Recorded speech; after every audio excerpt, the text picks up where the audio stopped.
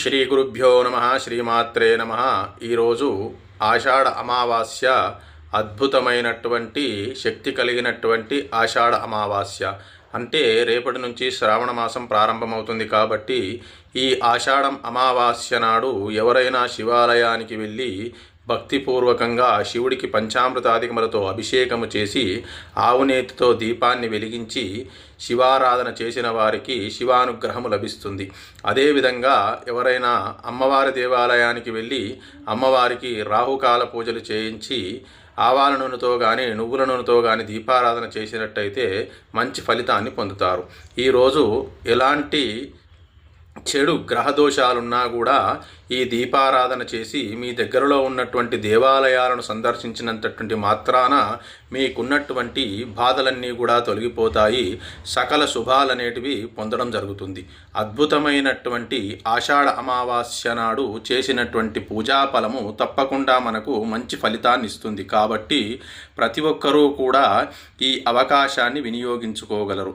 ఈరోజు సాయంత్రము సంధ్యావేళలో మీ దగ్గరలో ఉన్నటువంటి దేవాలయానికి వెళ్ళి అక్కడ 11 దీపాలను వెలిగించి, నెయ్యి దీపాన్ని కానీ నూనె దీపాన్ని కానీ 11 దీపాలను, శివాలయమైనా సరే, అమ్మవారి దేవాలయమైనా సరే, ఆంజనేయ దేవాలయమైనా సరే, ఎక్కడైనా సరే మీరు ఈరోజు సాయంకాలము ఈ ప్రదోష వేళలో ఈ 11 దీపాలను వెలిగించి స్వామివారికి మీ మనసులో ఉన్నటువంటి కోరికను చెప్పుకున్నట్టయితే మీకు అద్భుతమైనటువంటి ఫలితాలు తొలగిపోతాయి. మీకున్నటువంటి చెడు గ్రహ దోషాలు తొలగిపోతాయి. మీరు అనుకున్నటువంటి ఉన్నత స్థితిని పొందగలుగుతారు. చాలా శక్తివంతమైనది. అలాగే రేపటి నుండి శ్రావణ మాసం ప్రారంభమవుతుంది కాబట్టి ప్రతి ఒక్కరూ కూడా మీకు వీలైనదైతే తప్పకుండా దేవాలయానికి వెళ్ళి దేవదర్శనం చేసుకున్నట్టయితే మంచి ఫలితాన్ని పొందుతారు. ఈ మాసమంతా కూడా శివుని మాసము కాబట్టి శివాలయాలకు తప్పకుండా వెళ్ళి ప్రతి సోమవారం నాడు శివునికి పంచామృతాదికలతో అభిషేకం చేసుకోండి.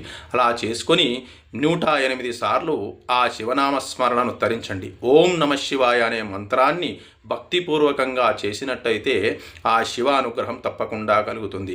ఆ పరమేశ్వరుడు తలుసుకుంటే మనకు ఇబ్బంది ఏముంటుంది? ఆ భోలాశంకరునికి ఒక చెంబు నీళ్లు పోసి ఒక బిల్వదళాన్ని పెట్టి నమశివాయ అనే మంత్రాన్ని మీకు వీలైనన్ని సార్లు తప్పకుండా పఠించినట్టయితే మంచి ఫలితాన్ని పొందుతారు. ఆ శివానుగ్రహంతో పాటు ఆ శివకేశవులు, ఆ విష్ణు, మహాలక్ష్మి, మహాసరస్వతి అమ్మవారి అనుగ్రహాన్ని కూడా పొందుతారు. కాబట్టి ఈ అవకాశాన్ని అందరూ కూడా సద్వినియోగం చేసుకొని ఈ ఆషాఢ అమావాస్య నాడు దేవాలయాన్ని సందర్శించి ఆ పరమేశ్వరుని కృపాకటాక్షాలకు పాత్రులు కాగలరు. ఓం నమ శివాయ. హర హర మహాదేవ.